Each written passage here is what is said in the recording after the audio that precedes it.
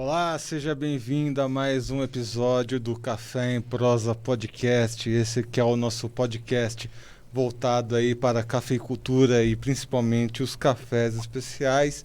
E hoje a gente vai falar um pouquinho sobre exportação de café, né? A gente vai trazer uma personalidade aqui no nosso episódio de hoje que desbravou, né, uma boa parte dessas questões de como exportar café, qual que é esse caminho das pedras da exportação.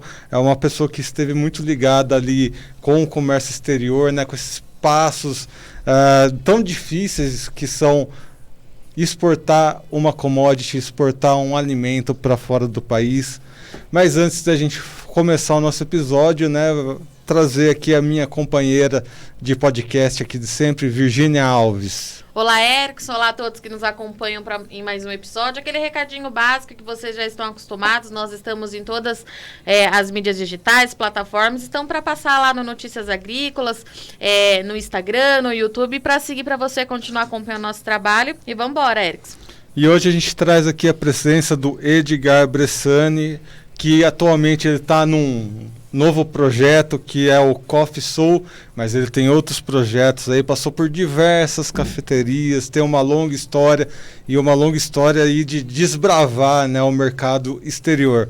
Edgar, seja bem-vindo ao Café em Prosa Podcast. Meu olá a todos os ouvintes e também meu obrigado a vocês pelo convite. Um prazer estar com vocês aqui debatendo e falando sobre esse assunto tão na moda hoje, né? Cada vez mais. Bom, Edgar, você participou então, né, de diversas comitivas que foram para o mercado externo, levar os nossos cafés especiais lá para fora. Você já esteve presente na Apex, já esteve presente nas principais instituições, né, de cafés especiais do Brasil. Como é que foi levar o café para fora? Quais que foram as facilidades e os principais entraves aí que vocês percorreram, né, nessa jornada de levar o nosso querido café para outros países? Eu sempre brinco, né, que o responsável por me colocar nessa enrascada de promoção do café especial brasileiro foi o José Francisco Pereira da Monte Alegre Coffees, né, que é um grande mentor, um grande amigo, e ele que me fez o convite, né, lá em 2001 para entrar nesse trabalho de promoção dos cafés especiais brasileiros, que era um projeto da Agência de Promoção de Exportações e do Ministério da Agricultura. Então, foi ali que essa minha história começa, né?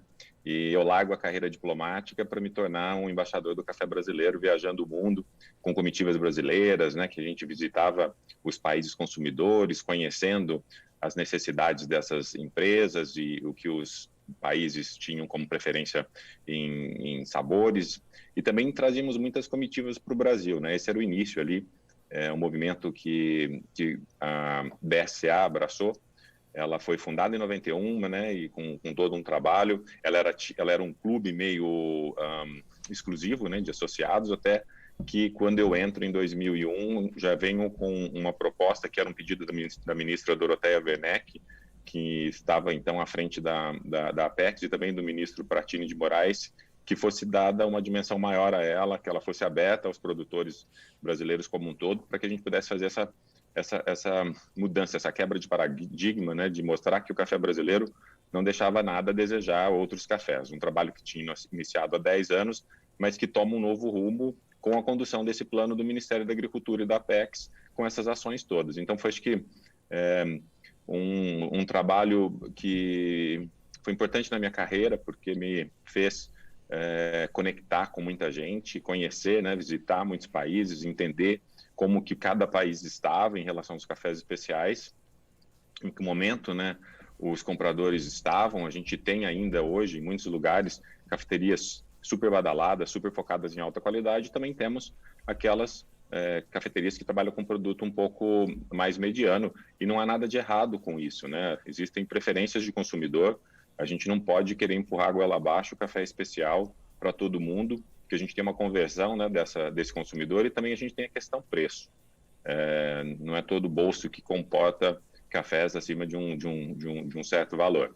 A gente precisa entender e aos poucos ir trabalhando para poder levar, né, ao consumidor esses cafés diferentes, para que ele conheça e gradativamente vá fazendo escolhas melhores, né, não só para sabor, mas em qualidade. Acho que esse trabalho foi importante, né, de promoção. A gente também, eu participo, viajo, talvez eu acho que eu seja um brasileiro que mais viaja hoje para países de consumidores, promovendo esses cafés que a gente encontra aqui, né, nessas 32 regiões brasileiras maravilhosas, cada uma com seu terroir, com suas qualidades, né, com suas diversidades, com seus solos, com altitudes, latitudes diferentes.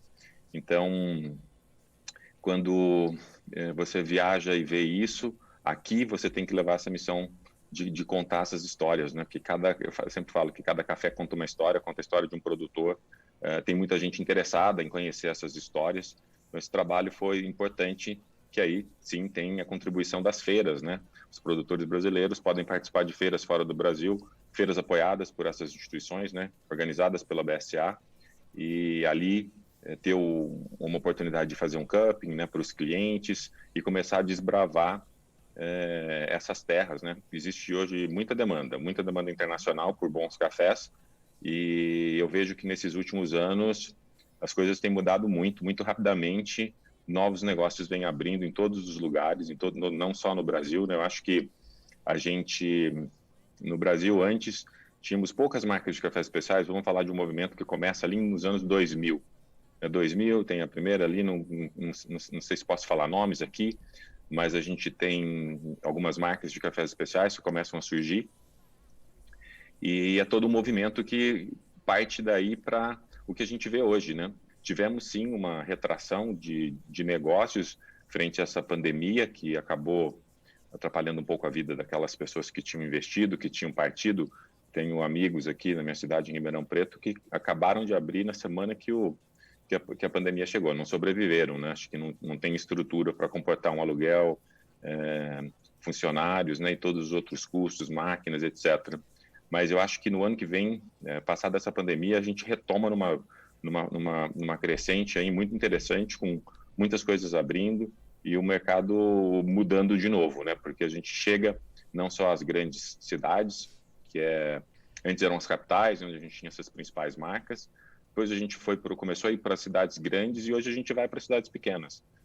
Eu tive esses dias em Paraguaçu, que é uma cidadezinha ali no sul de Minas, perto de Varginha. Tinha ido a Três Corações, e na estrada ali tem uma cafeteria de cafés especiais, e eu fico super orgulhoso, né? Porque está saindo dos grandes centros e chegando nas cidades menores. Você vai para Alfenas, tem uma cafeteria de café especial. Então é muito gratificante ver, né, esse movimento, e isso sendo levado para o consumidor brasileiro. Edgar, você trouxe aí um leque de coisas que eu quero te perguntar, mas para a gente começar, eu queria que você falasse assim o seguinte: você já está há muitos anos caminhando, fazendo essas viagens, está por dentro desse mercado, é um dos pioneiros quando a gente fala em café especial, e eu queria entender assim, no que a gente evoluiu muito, assim, qual que é a grande diferença de quando você começou e do que você observa agora, né? Quando a gente fala em produção de cafés especiais para o Brasil, e principalmente eu queria saber como é que a gente é visto lá fora, né? Porque a gente é o maior produtor de café do mundo, mas o Brasil se empenha cada vez mais em avançar nos cafés de qualidade, e eu queria que você fizesse esse balanço para a gente, de quando você começou e agora, qual que é a grande diferença, assim, o que você pode observar nessa linha do tempo de trabalho? Olha, excelente pergunta. Acho que isso faz a gente voltar um pouco no tempo para lembrar, né, que com esse nascimento em 91 da BSA, em 2003, 2004, a gente tinha aí uma produção de 300, 400 mil sacas apenas de cafés especiais. A gente tinha uma pequena parcela desses produtores que se arriscavam em produzir lotes com melhor qualidade, até porque você precisa de uma demanda desses lotes de melhor qualidade, e se você não tem um canal para comercializar, às vezes você acaba esbarrando num café que vai ser vendido para ir para alguém que comprou, mas que pagou não muito mais pelo tanto que você precisou investir. Um café especial custa mais caro, a gente sabe disso, né? Para produzir cafés melhores é preciso mais cuidados, você tem toda uma questão de colheita e pós-colheita, né? Você vai fazer colheita seletiva, tem um valor altíssimo. Você vai usar hoje levedura, né, para preparo de cafés especiais com fermentação. às vezes chega a custar R$100 por saca, né, a mais, né, só a adição da levedura, fora os outros custos, né, com a colheita seletiva e tudo mais. Então, acho que partiu de uma mudança de mentalidade. Acho que os concursos de qualidade que passaram a acontecer no Brasil inteiro, né, nas regiões produtoras mais importantes, no Cerrado, no sul de Minas, concursos da Emater, todos, claro, nasceram de um movimento que foi o Cup of Excellence, né, que é o concurso de qualidade de cafés do Brasil. Com ele e com as premiações, os produtores começaram a ser reconhecidos internacionalmente pela qualidade do que estava produzindo, e isso começou a mudar essa percepção de que as pessoas também podiam investir em qualidade e fazer essa diferença. Então a gente sai desse volume pequeno, né, de 300, 400 mil sacos, para um momento hoje onde a gente tem perto de 10 milhões, né, de sacas de cafés especiais. Acho que ao longo desses 20 anos, nós temos uma mudança significativa nesse volume e precisamos continuar apostando nisso, mas eu vejo que tem uma mudança na mentalidade dos produtores. Hoje, eles sabem que se eles produzirem lotes melhores, eles vão poder comercializar melhor. Os produtores também estão muito mais antenados, eles querem saber mais sobre o café que eles produziram. Existe um número muito maior também de provadores de café, isso era uma coisa antes muito seleta, né? Tinha poucas pessoas que trabalhavam nas maiores empresas, que conheciam um pouco sobre prova. O concurso, né, voltando aí no assunto concurso, o concurso acabou também ajudando. A gente tinha pool de juízes que a gente convidava para essas edições, né, do Cup of Excellence, e ali a gente formava dentro de uma nova metodologia de avaliação que não era mais aquela classificação do COB, né, que era a classificação oficial brasileira, provando ali riado, rio, bebida dura, né, e mole. A gente começou a usar um protocolo, que era o protocolo do Cup of Excellence, que ia para uma escala que chegava até 100, e isso permitia que a gente educasse esses provadores para ter uma nova referência no que era cafés especiais. E hoje a gente tem, inclusive, uma associação, a Associação Brasileira dos Classificadores, né, de Café, faço parte dessa associação. Ela reúne aí as pessoas interessadas nesse assunto, que trabalham para empresas e que são aí as pessoas que estão contribuindo também para ajudar a fazer essa mudança. Eu acho que tem em cada etapa um profissional importante para ser reconhecido. Acho que durante um tempo a gente falou muito em barista, uma nova profissão, mas esse está lá no fim da xícara, né, ali com a xícara. A gente tem etapas antes desse profissional, como os mestres de torra e os classificadores, que têm papel muito importante. Então foi um conjunto de coisas, né? Essa parte educacional dos provadores, esse estímulo para os produtores que eram remunerados de maneira melhor nos concursos de qualidade, que foi não só tivemos o concurso de qualidade de cafés do Brasil, mas depois vieram outros, que é o que eu falei, da Emater e dos concursos regionais. A gente tem um concurso aqui na Alta Mogiana, da Associação de Cafés Especiais daqui.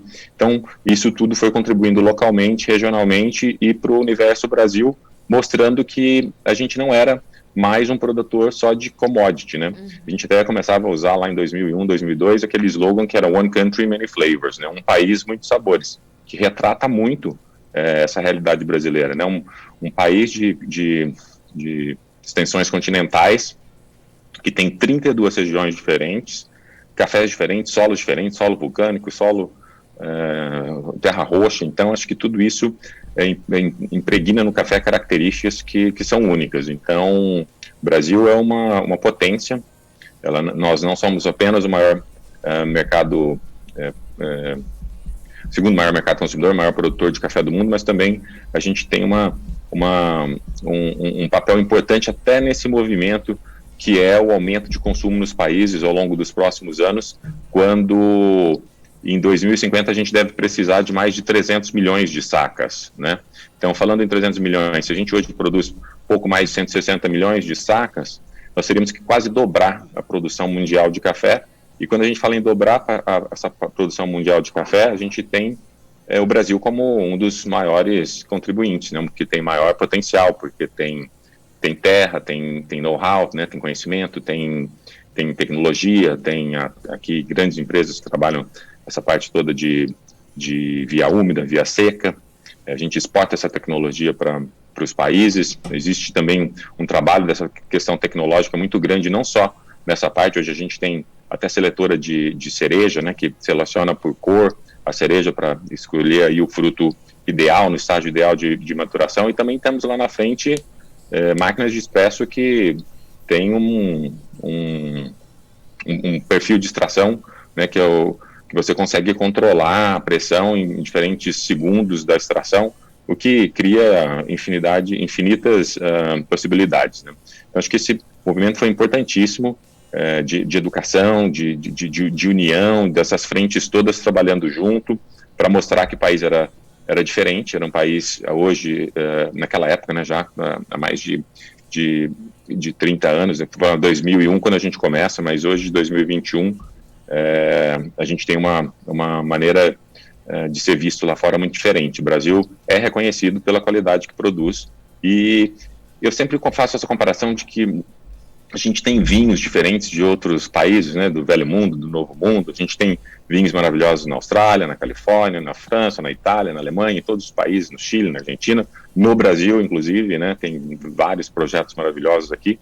E o café é a mesma coisa. A gente tem cafés maravilhosos na Etiópia, no Quênia, né, na Tanzânia, no Congo, na Colômbia, em todos os países produtores. E no Brasil também, mas com uma diversidade maior, porque nós temos aqui vários países, né, como se fossem vários países, porque os outros são tão pequenos quando comparados à nossa extensão territorial em produção de café, que é uma vantagem competitiva enorme. Edgar, a gente acaba acompanhando, né, ao longo do nosso trabalho aqui, né, eu estou 15 anos trabalhando com agronegócio, e ao longo desses 15 anos, em vários momentos eu tive que acompanhar ali o trabalho da Apex, esse trabalho que o Ministério faz em promover, né, os produtos brasileiros no exterior. E eu defino 3 grandes desafios que eu percebi ao longo desse tempo, né, eu queria que você comentasse um pouco.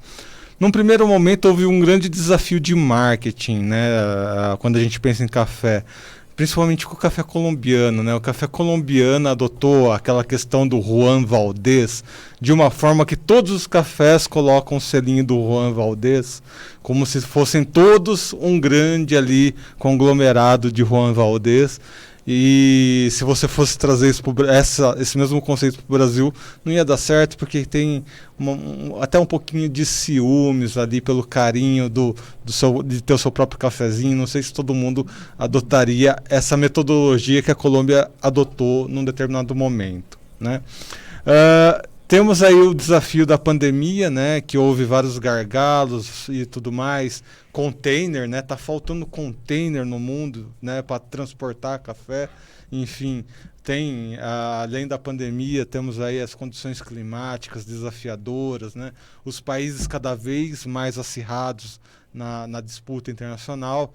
E tem um terceiro fator, que eu vi um documentário recentemente, na Colômbia, né, esse documentário, falando que por causa das mudanças climáticas, as áreas de café arábica, principalmente, estão cada vez mais reduzidas, né? Lá na Colômbia, a condição de produção são montanhas mais altas do que aqui no Brasil, e essas condições climáticas acabaram limitando demais a produção de café lá, com risco, inclusive, de acabar limitando aqui no Brasil. O que você pode dizer sobre esses 3 grandes desafios que vocês acabaram enfrentando em questão de 10 anos aí? Vamos lá, vamos começar de trás para frente. Vamos falar sobre essa questão do aquecimento global, né? Isso é uma coisa que ela está aí, a gente sabe, né? Olha o que está acontecendo no país. A gente tem um período de seca horrível. Não sei como que está a região aí de Campinas, mas aqui na região da Mogiana a gente teve incêndios assim que acabaram com áreas de reserva. A gente teve geada, uma coisa que não é tão frequente, né? Geada aqui na Alta Mogiana e também no Cerrado Mineiro. Então a gente tem um impacto desse aquecimento global acontecendo. E nós vamos precisar, claro, de estudar medidas, desenvolver variedades que são um pouco mais resistentes a essa falta de água, também esse excesso, né, esse aumento de temperatura, estudar maneiras também de como a gente cria esses espaços com plantio arborizado, onde eu tenho uma diminuição da temperatura ali naquela área, eu comecei a fazer esse trabalho, na verdade, quando eu estava cuidando da divisão da família Quest aqui em Pedregulho, cobrindo uma parte de ruas ali, fazendo um comparativo entre ruas que a gente tinha uma cobertura com aquele sombrite, para ver se amenizava um pouco a temperatura, porque eu já via e sentia esse efeito. Estamos falando aí de 2010, né? Quando eu comecei a fazer esse trabalho lá, e hoje vejo algumas coisas nesse sentido. Mas existe sim um problema grande, porque quando a gente fala no Brasil, nós temos aí várias coisas. O Brasil é um pouco mais profissional, né, no que toca a gestão, né, de propriedades. A gente está à frente desses outros países que às vezes estão muito aquém, né, do que a gente já chegou em leis trabalhistas, em tudo mais. Mas é o que você falou, a América Central é uma das que vai sofrer bastante, porque nós vamos ter áreas cada vez, se você está, enfim, vamos falar sobre os trópicos, quanto mais próximo do Equador eu estou, mais alto eu preciso estar em altitude, né, para poder ter uma temperatura ideal para o café. Então, América Central, Quênia, eles vão ter que subir quase 400 metros, né, para ir em décadas, para conseguir ter uma produção que seja adequada, né, vamos dizer, num território que seja adequado em condições climáticas para a produção. Mas como você sobe 400 metros, se você está falando de montanha? Cada vez que eu subo, a montanha ela tem uma área menor, né? Você tem o topo da montanha é sempre menor, a área é menor. Então, se eu vou subindo, isso quer dizer tem uma diminuição da área também de produção. E a gente sabe, né, que entre os trópicos aqui, né, entre o trópico de Capricórnio e o trópico de Câncer, a temperatura tem subido, né, desde os anos 80, 0,2 grau por década, né? E em 2050, isso vai dar mais ou menos 2,8 graus. E ainda a gente vai ter, né, em área, mais de 20% dessas áreas vão ter quase 4 graus de aquecimento. Então, isso é uma grande tragédia, né? A gente vai ter que começar a caminhar, né, com a produção em direção aos polos, e a gente vai ter que ir por década quase 58 quilômetros em direção aos trópicos, ou subir 37 metros por década. Então, é preocupante essa situação, né? Com seca, chuva de pedra, temperatura alta, granizo. Todo dia a gente tem um problema e o produtor tem outras realidades, né, para enfrentar, que é a mão de obra cada vez mais escassa. A gente tem também o custo dos fertilizantes cada vez mais alto. O custo de produção teve um impacto enorme, né, da safra passada para essa, só com toda essa questão da pandemia que ainda não está resolvida, né, que ainda impõe um monte de limitação. Então, de que maneira a gente enfrenta essas mudanças?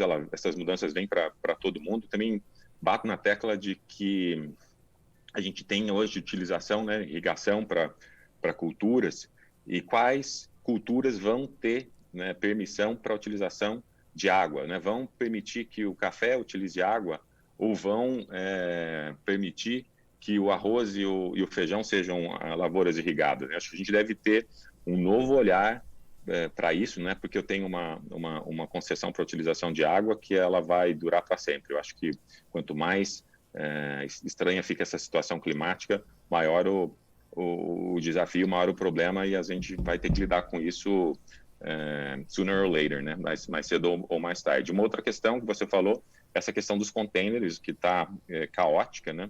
Os preços estão super elevados. Hoje estava lendo uma notícia também de que a China comprou aí mais uma dessas empresas com containers refrigerados, e tem hoje o monopólio dos containers refrigerados no mundo, né? O que é uma preocupante, né? Uma questão preocupante. Então, a gente tem vivido atropelos no cenário, e é como que a gente vai encontrando mecanismos para continuar vivendo e lutando essa batalha. Claro, a gente tem hoje cafés especiais. Eu estava lendo hoje também de um amigo que eu também exporto algumas coisas em caixas e pequenas quantidades aéreo, né, em pallets, mas não dá para exportar containers de café aéreo porque o custo é altíssimo, né? Aí quando ele chega lá na gôndola ou na loja do cliente no exterior, ele está com preço impraticável. A gente já tem e sente um desconforto dos compradores, né, internacionais, que com esse aumento do café aqui no Brasil, claro, isso ajuda o produtor que sofreu com esse impacto da geada e da seca, mas às vezes o preço sobe para um número que o cara lá fora não consegue passar para a xícara também, né? Não consegue passar para a gôndola da mesma maneira que aqui as empresas brasileiras já enfrentam dificuldade também para continuar compondo seus blends com um café a R$1.200, né? Então é uma situação complicada. E a última coisa é a questão da Colômbia, né? Eu acho que a Colômbia foi muito esperta, ela saiu na frente do Brasil, deixou a gente para trás quando ela começou a investir em marketing, né, e falar de qualidade, quando o Brasil adotava a postura de quantidade com o IBC ali controlando tudo. Os produtores não podiam exportar diretamente, né? Algumas empresas tinham o direito de exportação, e não adiantava então fazer um trabalho de qualidade se eu não podia depois comercializar ou ia vender para quem não ia me pagar o preço. Mas a Colômbia, ela foi muito, muito estratégica nesse sentido. Eu me lembro que eu morava nos Estados Unidos, eu fiz o colegial nos Estados Unidos, e quando eu via sempre cafés de Colômbia em todo lugar, né? E nunca via café do Brasil, sendo que nós sempre fomos aí o maior produtor, né, dessa commodity. Então, ela foi muito inteligente em promover os jogos de Roland Garros, os Jogos Olímpicos, né? Ela estava sempre ali investindo milhões e milhões de dólares, né? A federação fez um trabalho muito interessante e posicionou nessa essa questão do café lavado colombiano como um dos cafés mais desejados. E a gente ficou para trás, saímos um pouco atrasado nessa luta, com recursos muito mais limitados, né? Acho que isso tem que ser frisado. Nós nunca tivemos 25, 50 milhões de dólares para esses projetos. A gente tinha recursos muito limitados, 4 milhões, 5 milhões, o que é pouco quando você trabalha com dólar e feiras que custam uma fortuna, né? Se você vai para os Estados Unidos, os sindicatos, para montar a feira, você tem que ter o sindicato envolvido, eles cobram valores super altos para tudo, né? Se você quer água, é uma fortuna. Se você quer energia, é uma fortuna. Se você quer o encanamento, né? O plumbing é uma fortuna. Então, tudo é muito caro. Então, o Brasil ajudou, investiu, mas sabia também que existia uma parcela de responsabilidade do produtor brasileiro que precisa de um apoio, mas não pode ser carregado, né? Porque as pessoas precisam encontrar os seus lugares, mas com um pouco de esforço, porque senão eles ficam muito dependentes, e quando não existe esse amparo, né, do governo, porque às vezes a gente tem aí mudanças políticas, a gente fica sempre à mercê, né, do que vai acontecer. E várias vezes a gente passou por isso. Eu me lembro que na associação às vezes tinha uma mudança de governo, a gente tinha feira até as coisas se engrenarem, né, com o novo governo, para ver se vai ter o projeto, se não vai ter o projeto. Mas acho que nós somos batalhadores, insistimos, continuamos, conduzimos aí um programa interessante que criou uma posição do Brasil hoje que tem seus estandes, tem seus produtores, muita gente viajando. A gente tem também essa nova geração, né, envolvida. Antes a gente tinha o produtor, que era um produtor com uma mentalidade mais de meu pai fazia assim, eu continuo fazendo, por que eu vou mudar? Porque isso dá mais trabalho. Hoje não, a gente tem uma geração nova muito mais aberta, receptiva. Eu vejo nesse trabalho com os cafés fermentados, né? Eu fazia lá em 2010, eu estava fazendo lotes com fruta e com leite, né? Fermentação com leite. O povo me achava meio maluco na Mogiana, porque eu tinha terreiro suspenso, tinha terreiro coberto, mas iam todos lá curiosos saber o que a gente estava fazendo, que depois, enfim, levou a fazenda de 640 sacas exportadas para 40 mil. Foi um grande salto, né? E depois as pessoas começam a ver que não existe maluco nenhum, as pessoas têm que estar antenadas ao que acontece lá fora e as demandas, né, para a produção de descascados diferentes, de lotes diferentes. Então você vê que o produtor mais jovem hoje tem essa abertura, né? Ele está mais antenado e quer também dominam o idioma, começam a procurar caminhos, começam a exportar. Não é um trabalho muito fácil. Você precisa construir uma reputação no mercado, né? As pessoas, você manda, você exporta, a pessoa recebe, ela recebe o que ela realmente provou quando você enviou a amostra.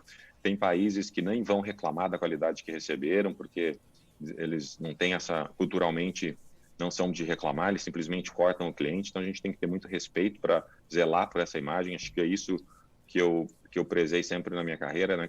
Criar uma reputação que me permitisse transitar pelo mundo inteiro e abrir portas, né? Eu sei que se eu sair hoje para ir para a Croácia, eu vou ser recebido por pessoas dos cafés especiais, vou organizar algum cupping. Tive agora na África do Sul, foi a mesma coisa, em Dubai, mas isso por causa de conexões, né, que a gente faz ao longo da carreira, trabalhando com seriedade. Fiz muito trabalho voluntário também, né? Acho que sempre estive envolvido com associações, fui o coordenador do chapter da Associação Europeia, fui membro do comitê de regras do campeonato de barista, depois fui do comitê de treinamento, de suporte nacional, acabei depois sendo indicado pela SCAA, que era a Associação Americana, como um dos diretores conselheiros dela no World Coffee Event, que organiza todas as competições internacionais. Então a gente tem que estar disponível, né?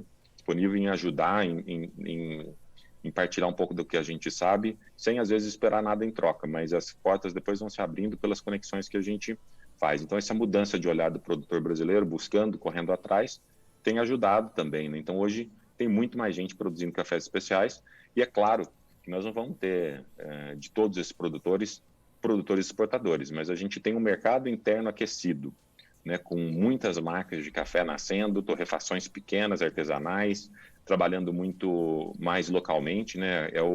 Que isso já é vivido nos Estados Unidos há muitos anos, o buy local.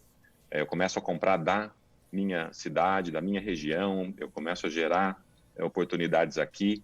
Então é uma maneira de olhar. Acho que o futuro é isso, né? Olhar para o local, comprar daqui para ajudar onde eu estou instalado, e vai por aí. Edgar, eu queria falar um pouquinho desses dois últimos anos, né? A gente está se encaminhando para o segundo ano, perdão, da pandemia. Sua carreira, ela foi construída viajando, né? Você passava a maior parte do ano fora e, de repente, aconteceu tudo isso que aconteceu. A gente teve que mudar o cenário. A gente aqui no Notícias Agrícolas, a gente mudou a nossa forma de acompanhar a produção. Começamos a fazer tudo mais não, né? A gente, de fato, está fazendo tudo nesse formato que a gente está falando com você hoje. Como é que foi para você esses últimos 2 anos, né? Teve muita dificuldade? Conseguiu dar continuidade no seu trabalho? Como é que a pandemia afetou aí o seu negócio, o seu setor? Olha, ela claro, mudou um pouco esse meu agito, né? Acho que em 20 anos foi o primeiro ano que eu consegui ficar em casa, foi 2020, fiquei quase o ano inteiro. Eu cheguei da Europa, eu tinha ido viajar com minha família para Portugal, França e Inglaterra de férias, mas eu cheguei nas primeiras semanas de janeiro, depois não viajei nada, né? Fiquei em casa. Mas uma coisa que me confortou foi que todo mundo estava vivendo essa situação, e a gente tinha grupos de amigos, né, com hoje, nessa ferramenta que a gente está utilizando hoje, o Zoom, que a gente se encontrava toda quarta-feira e todo sábado. Tenho um amigo, nesse grupo tinha um amigo do México, tinha uma amiga de Porto Rico, tinha uma amiga da Islândia, tinha 3 amigos da Itália, um amigo da França.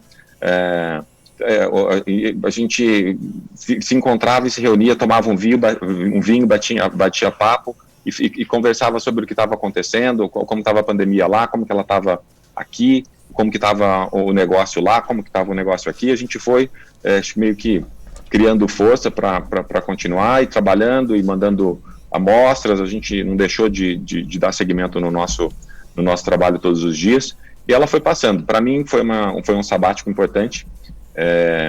Eu acabei emagrecendo 20 quilos nessa pandemia. Acho que eu fui um dos que fez o caminho oposto, né? Com tanta coisa boa em casa, eu comecei a ter a oportunidade de olhar um pouco mais para o que eu estava fazendo, comecei a me exercitar, foi bom para mim.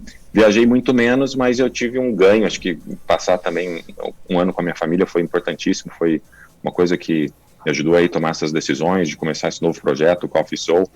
E agora a gente tem essa mudança que veio com a pandemia, né? Que ajuda a gente, que faz a gente repensar, mas depois comecei a viajar de novo, já esse ano, né? Eu fui julgar o campeonato fui o juiz principal do campeonato de café filtrado dos Emirados Árabes em março. Fiquei ali por 20 dias viajando, visitando clientes em plena pandemia, né, com protocolos rígidos de como a gente avaliar esses cafés. Imagina que a gente tinha divisória entre os juízes ali no palco. O competidor podia participar com máscara, o que ele às vezes não escolhia porque prejudicava, né, as expressões, né? A gente às vezes olha pela expressão, né, essa paixão que a pessoa está transmitindo na mensagem que ela passa ali durante esses minutos que ela se apresenta. Então era meio prejudicial, eles preferiam usar sem máscara, mas eu, como juiz principal, não estava provando no palco, eu provava só dentro da sala. Às vezes a gente tinha todo mundo testando negativo, né? Eu cheguei em Dubai, saí do Brasil, fiz teste, cheguei em Dubai, fiz teste. Lá dentro, uma preocupação enorme da segurança, não podia ficar sem máscara. Para você ter uma ideia, na porta da sala do juiz tinha uma pessoa com álcool que limpava a maçaneta cada pessoa que tocava a porta. Então eles tinham protocolos rígidos ali de segurança, né? E também, claro, acabei escolhendo hotéis um pouco melhores, que tinham grande preocupação com Covid, né? Para que tivesse ali porque você tem gente entrando para limpar seu quarto todo dia. Então, se você não tem um protocolo muito rígido, é perigoso. E fiz isso também depois. Eu estive no Paraguai, viajando, prospectando. Voltei depois agora. Cheguei a uns 20 dias, eu fui para Dubai de novo, que eu tinha uma reunião importante com um comprador, e eu estava a caminho da África do Sul. Então, foi uma experiência interessante. Na África do Sul também, em Dubai, eu sempre com essa cautela de escolher lugares, às vezes eram um pouco mais caros, mas que me ofereciam uma segurança de enfim, proteção contra o Covid, né? Apesar que eu acho que a África do Sul estava com um protocolo bem rígido lá também. Eu fiquei bem. Enfim, a gente tem sempre medo, né? Porque você está exposto cada hora que você pega o Uber, ou em cada reunião que você vai, na cafeteria, a vida não pode parar. Mas a gente tem que enfrentar. Eu enfrentei, essa era a minha tarefa, então fui, voltei, cheguei no Brasil, enfim, tinha quarentena com Anvisa me ligando dia sim, dia não, porque eu tinha ido para uma área que era uma área que tinha limitações de entrada no Brasil, e depois ainda cheguei com clientes que fiz um giro com eles no país. Então a gente tem que seguir. Acho que vacinados agora a gente tem que ir para frente, voltar a jogar e voltar a fazer as conexões, né?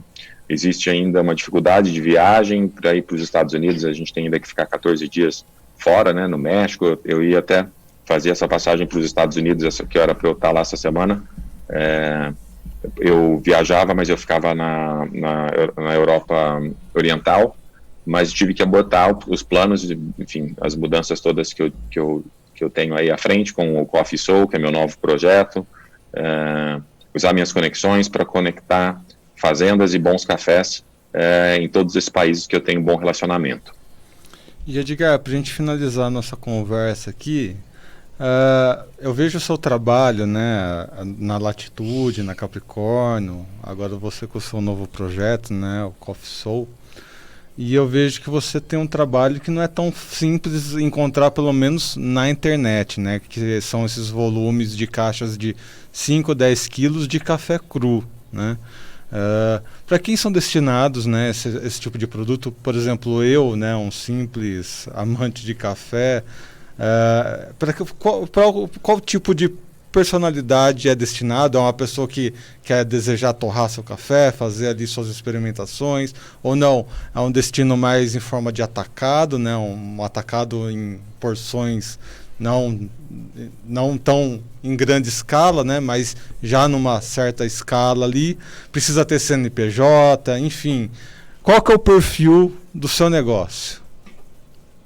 Olha, essa é uma assinatura, né? Eu acho que é muito fácil olhar os projetos por onde eu passei e ver a minha assinatura ali. Tanto é que quando eu saio, eu carrego comigo minha assinatura, que são esse meu olhar para o café especial, né? Até porque eu tenho linhas ali, uma linha de amigos que eu chamava de lendas, que é uma linha de pessoas que são amigos próximos, que eu convidei para ser embaixador, né, desse projeto, e também lendas, que as grandes lendas são esses campeões mundiais que são do meu círculo de amizade. Né? Essas pessoas, claro, naturalmente estão ligadas a mim. Mas é um projeto que eu criei, o que eu aposto, que é na torrefação em várias frentes. É o que você falou. Tem o Coffee Lover, que é a pessoa que hoje você compra um torradorzinho pequeno, compra nos Estados Unidos pela Amazon, ou compra aqui no Brasil, tem várias maneiras de você comprar o seu café e torrar. Então, começar um pouco a brincar. A gente tem um consumidor brasileiro que já tem esse refino para comprar um café melhor, ele já compra um método diferente, ele tem lá o coar, ele tem uma prensa francesa, ele tem outros métodos, e ele aí começa a se enveredar por esse lado da torra, que é o que acontece lá fora também. A gente tem esse consumo fora das torrefações, né? E ela serve também, claro, para as torrefações que, em vez de comprar 30 quilos ou comprar 60 quilos, querem testar um perfil, às vezes, de um café mais exótico, de um café um pouco mais caro, então podem também comprar. Então não é só para pessoa jurídica, não é só para torrefação, é para pessoa física também, para qualquer lugar do Brasil. Essa foi a ideia, e oferecer cafés dessas regiões todas, né? Extrapolar um pouco os limites estaduais e usar. Eu sempre tive gente me pedindo, eu tô aqui nas matas de Minas, queria trabalhar junto com você, mas eu estava limitado a Paraná e São Paulo. Então eu acho que eu tenho muito mais a contribuir, como eu faço hoje viajando. Quando eu viajo, eu não falo só da minha empresa, eu falo de Café do Brasil, né? Estou promovendo um todo, né? Então acho que a gente tem uma missão de abrir portas para as pessoas que se aproximam, que tem um trabalho interessante, que eu sempre friso também, um trabalho importante que o Conilon hoje vem fazendo, né? O Conilon especial. Eu tenho um carinho enorme por esse projeto e tenho levado para cuppings, para promoção, para mostrar que dá para fazer cafés Conilons maravilhosos também, abrindo portas, né? Não podemos torcer o nariz para café nenhum, para produtor nenhum, porque eles têm um trabalho muito árduo, muito difícil, e se eles produzem bons cafés, eles merecem ser promovidos, independente de ser Conilon ou de ser arábica, né? A gente ainda vê muita gente torcendo o nariz, e eu não torço o nariz para nada. Eu vejo a mudança que aconteceu nos cafés especiais brasileiros e vejo que tem acontecido um trabalho maravilhoso com o Conilon especial também, que eu respeito muito.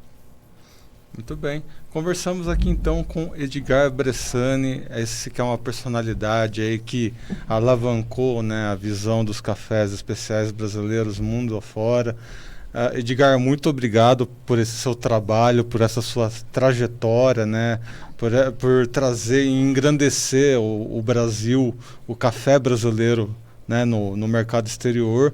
Seja sempre bem-vindo aqui ao nosso podcast e ao nosso site Notícias Agrícolas. Muito obrigado pela oportunidade de prosear aqui com vocês e falar sobre esse assunto que é tão apaixonante. Agradecer também a presença da minha amiga de sempre aqui comigo, Virgínia Alves. Obrigada, Erickson. Edgar, obrigada pela sua presença. Eu já deixo aqui o convite para você voltar mais vezes. Acho que você tem bastante coisa para compartilhar com a gente. Você tem nosso contato, Notícias Agrícolas de Portas Abertas. Volte mais vezes para contar a sua experiência. A gente tem vários formatos de entrevistas que a gente pode trabalhar aqui no NA. Estamos de portas abertas. Muito obrigado, Virgínia. É um prazer enorme. Contem comigo sempre. Erickson, muito obrigado também pelo bate-papo. E é só convidar que para vocês estou sempre disponível. É isso, pessoal. O Café em Prosa dessa semana fica por aqui. Até a próxima. Um abraço.